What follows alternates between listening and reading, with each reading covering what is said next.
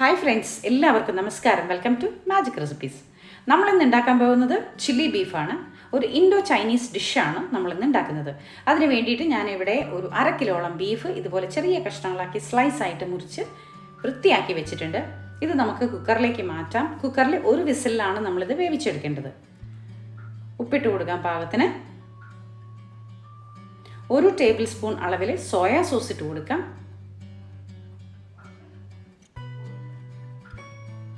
ഇനി ഇതേ table spoon അളവിൽ തന്നെ വിനാഗിരി, വൈറ്റ് വിനെഗറാണ് ഞാനിവിടെ എടുത്തിരിക്കുന്നത്. ഇതും ചേർത്ത് കൊടുക്കാം.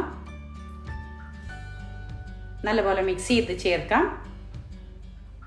വളരെ ഈസി ആയിട്ട് ഉണ്ടാക്കാൻ പറ്റുന്നൊരു വിഭവമാണ് കേട്ടോ നമ്മളിന്ന് ഉണ്ടാക്കുന്നത്. നമ്മൾ റെസ്റ്റോറൻറ്റിൽ നിന്നൊക്കെ വാങ്ങി കഴിക്കുന്ന ഒരു ചൈനീസ് ഡിഷാണിത്. പക്ഷേ ഇത് നമുക്ക് വീട്ടിലുണ്ടാക്കാം. എള്ളെണ്ണ നമുക്ക് 1 ടീസ്പൂൺ അളവിൽ ഒഴിച്ചു കൊടുക്കാം. ഇത് വേവിക്കാൻ വേണ്ടിയിട്ടാണ് നമ്മളിതൊക്കെ ചെയ്യുന്നത്.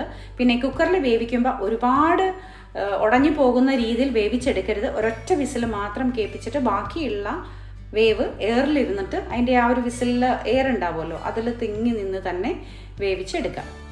നമുക്ക് കുറച്ച് സ്റ്റോക്ക് വേണം ബീഫിൻ്റെ. അതിന് വേണ്ടിയിട്ട് നമുക്ക് ഒരു 1/2 കപ്പ് അളവിൽ വെള്ളവും കൂടി ചേർത്ത് കൊടുത്ത ശേഷം നമുക്കിത് വേവിക്കാൻ വെക്കാം.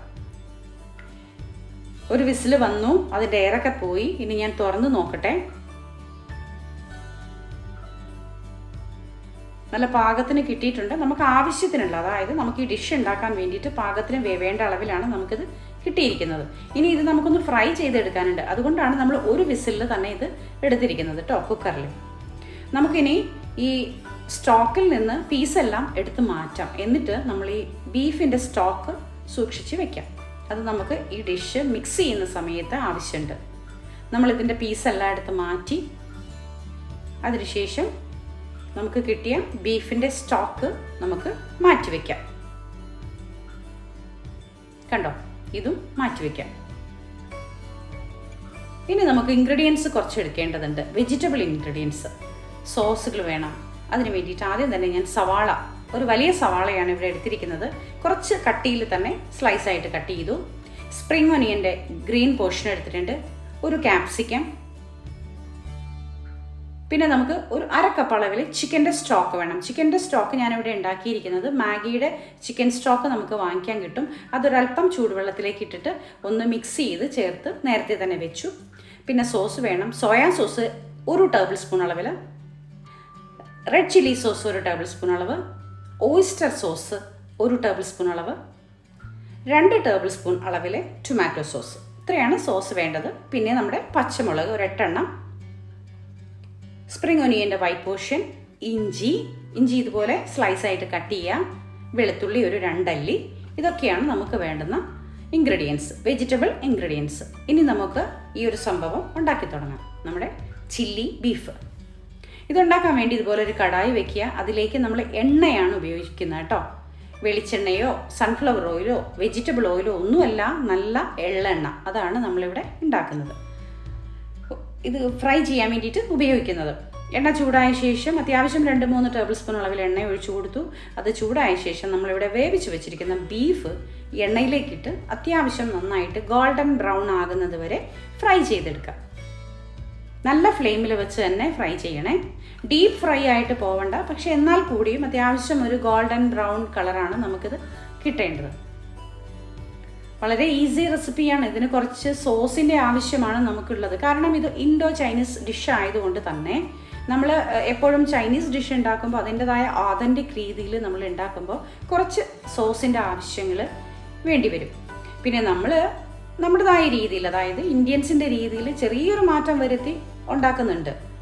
പക്ഷേ ഇതിൻ്റെ കറക്റ്റ് ഓതൻറ്റിക് രീതി നമുക്ക് കിട്ടണം എന്നുണ്ടെങ്കിൽ ഈ സോസൊക്കെ ഒഴിവാക്കാതെ നമുക്ക് കൂട്ടേണ്ടതാണ് ഈ ഡിഷ് ഉണ്ടാക്കാൻ വേണ്ടിയിട്ട്. ആ ഒരു ടേസ്റ്റ് കറക്റ്റ് കിട്ടണമല്ലോ, അതിന് വേണ്ടി. അപ്പോൾ ഏതായാലും നമ്മുടെ ബീഫ് ഒന്ന് ബ്രൗൺ കളറായിട്ട് കിട്ടിയിട്ടുണ്ട്.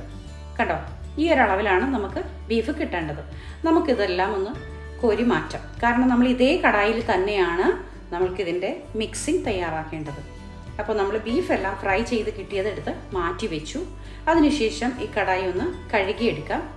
കണ്ടോ, അതിൽ ആ ബീഫ് വറുത്തതിൻ്റെ ചെറിയ ഒരു കരിഞ്ഞാംശമൊക്കെ ഉണ്ടാവുമല്ലോ, അതൊക്കെ ഒന്ന് മാറ്റി നീറ്റാക്കി എടുത്ത ശേഷം 1 ടേബിൾ സ്പൂൺ അളവിൽ നമുക്ക് എണ്ണ ഒഴിച്ചു കൊടുക്കാം.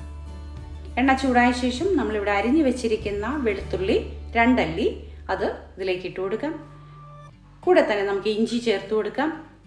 അതോടൊപ്പം തന്നെ നമ്മളിവിടെ അരിഞ്ഞ് വെച്ചിരിക്കുന്ന സവാള ഇതുപോലെ കുറച്ച് വലിയ കഷ്ണമായിട്ട് തന്നെ അരിഞ്ഞെടുക്കണം കേട്ടോ. ഇതെല്ലാം കൂടി ചേർത്ത് നല്ലപോലെ നമുക്ക് നല്ല ഫ്ലെയിമിലിട്ട് തന്നെ ഒന്ന് വാട്ടിയെടുക്കാം. സവാള നന്നായി വാടി ഉടഞ്ഞു പോകുന്ന അവസ്ഥയിലല്ല, എങ്കിൽ കൂടിയും പച്ചമണം മാറുന്ന രീതിയിൽ നമുക്ക് വാട്ടിയെടുക്കാം. ഇതിലേക്ക് സ്പ്രിംഗ് ഒനിയൻ്റെ വൈറ്റ് പോർഷൻ ആദ്യം ചേർത്ത് കൊടുക്കാം.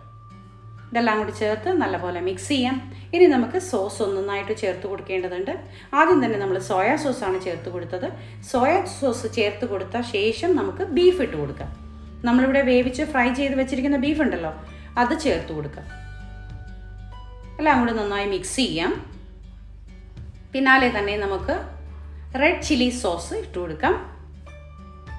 അതിൻ്റെ കൂടെ തന്നെ ഓയിസ്റ്റർ സോസ് നമുക്ക് ഇട്ട് കൊടുക്കാം. ഓയിസ്റ്റർ സോസ് സൂപ്പർ മാർക്കറ്റിൽ വാങ്ങിക്കാൻ കിട്ടും കേട്ടോ.